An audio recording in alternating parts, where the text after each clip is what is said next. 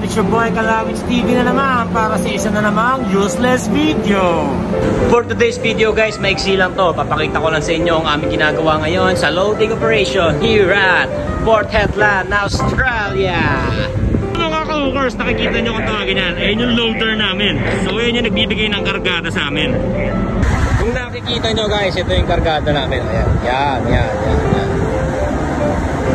Ayun yung dadalhin dito sa barko namin. Yan, nagmumula yan doon galing. Yan, dinideliver ng mga train na yan. Yan.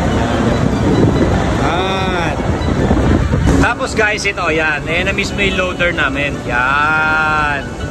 Pinapagsak niya yung kargada ngayon sa bodega namin. Or cargo hold. Ayan, yung kargada namin. Iron ore nga pala yan, mga guys. Iron ore. Yan.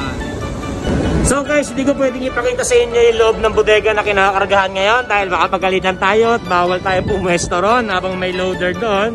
Baka pauwiin ang inyong lingkod ng di oras. So, papakita ko na lamang sa inyo itong bakante.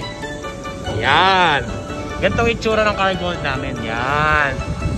Medyo malaki-laki yan. Diyan ilalagay yan. Yan. Kita niya yan. Pero hanggang dito lang yan. Yan. Kita niya naman. Dahil mabigat yan eh.